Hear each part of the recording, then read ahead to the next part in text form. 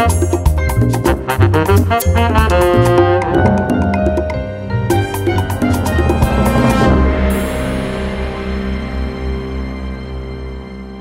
I'm Holly Wright and I'm the Project Assistant for the Asahi Shimbun sponsored displays here in Room 3 at the British Museum. We are currently focusing on this object here, the Jericho skull. And really the point of this space is to focus on one object or a small group of objects and really explore them in way more detail than we are able to in the permanent galleries or wider exhibition spaces. In this particular display, we're focusing on this object which is actually on display usually in our permanent galleries, but it is in a case with a number of other objects that tell a much wider story. And in here we're able to really examine and shine a spotlight on this object. We talk about how it was collected, why it came to the museum, but also all the current research surrounding it. So the work our curator has done on the scientific analysis and really delving into this object in a way we're not able to in the rest of the museum. The whole process of putting a Room 3 together is actually a very collaborative one. We work with a lot of departments across the museum. We work with the curator, who researches the object itself and provides the real core of the message for the room.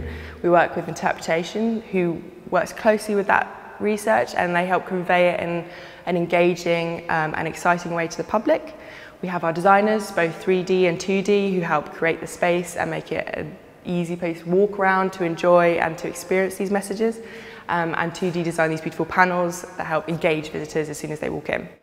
We also have our collections management staff and our conservators who look after the object's welfare, make sure it's stayed in stable conditions throughout the show. And we have our press, marketing and events teams. They will promote the show and make sure people can access it in as many ways as possible. As project assistant, it's my job to liaise between all of these teams and help get the show to where it is now.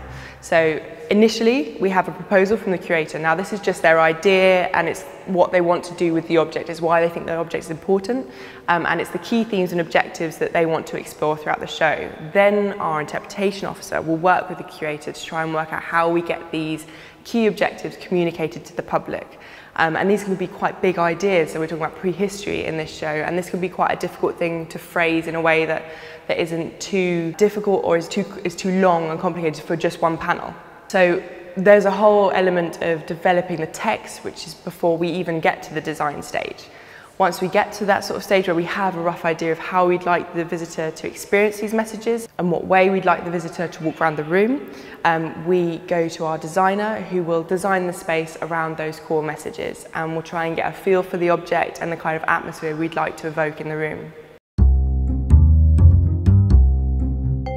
This is all quite an intensive process, and our usual lead time is about 6 months, so we don't have very long time to actually work through all of these things. It can be quite intensive in the sense we have core meetings, we have external designers coming in sometimes, so there's a lot of communication that needs to happen to get these shows off the ground. We also do about 4 a year at the moment, so we're constantly working on 2 or 3 shows at one time, so that's lots of curators, lots of ideas, and lots of objects. Over the course of the 6 months, we will go through a number of stages, so the development and then refining those design ideas, refining the ideas for the text. We will also consult our curator and our collection staff on how the object needs to be displayed. Now this can be quite a complex thing, because if we need to create a new mount for the object or it needs very specific conditions, we have to think about that all the time while we're designing the room.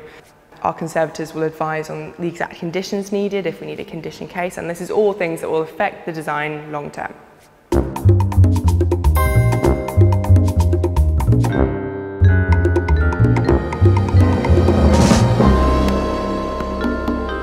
We also need to be in contact with our marketing and press to make sure that everyone's aware this show is happening. We communicate with our development team, who relay all of this information to our sponsors, so they're aware of what the displays are that are happening in this room. And then we also just have to make sure that we have an events program that helps engage people. We have a lot of gallery talks, we sometimes have events in the Great Court that help really add to the understanding of the object and the wider context. Every exhibition here, whatever its size, includes someone from interpretation on its core team. Interpretation's main relationships are with the curator, the 2D and 3D designers, the access and equality manager, and the learning team.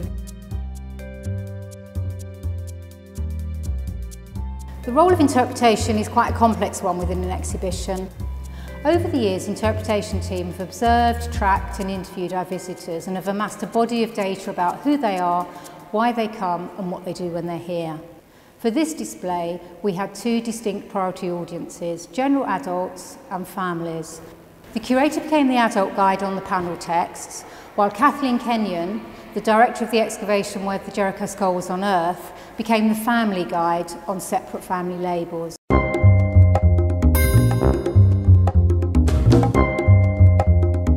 Family labels had to work independently from the curator's text, as I didn't want accompanying adults to have to read two lots of labels in order to make sense of the display for their accompanying children. I felt confident that I was giving the visitors what they liked and what they wanted. Evaluation data from two recent exhibitions found that although families accounted for 11% of our visitors paid for exhibitions, 35% of our visitors actually read the family labels, and 95% of our visitors said they think that family labels were a good idea.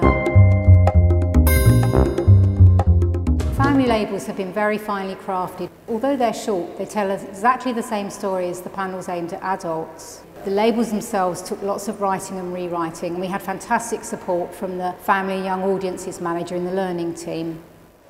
We settled on a voice for Kathleen Kenyon. She's very stern and hearty and matronly.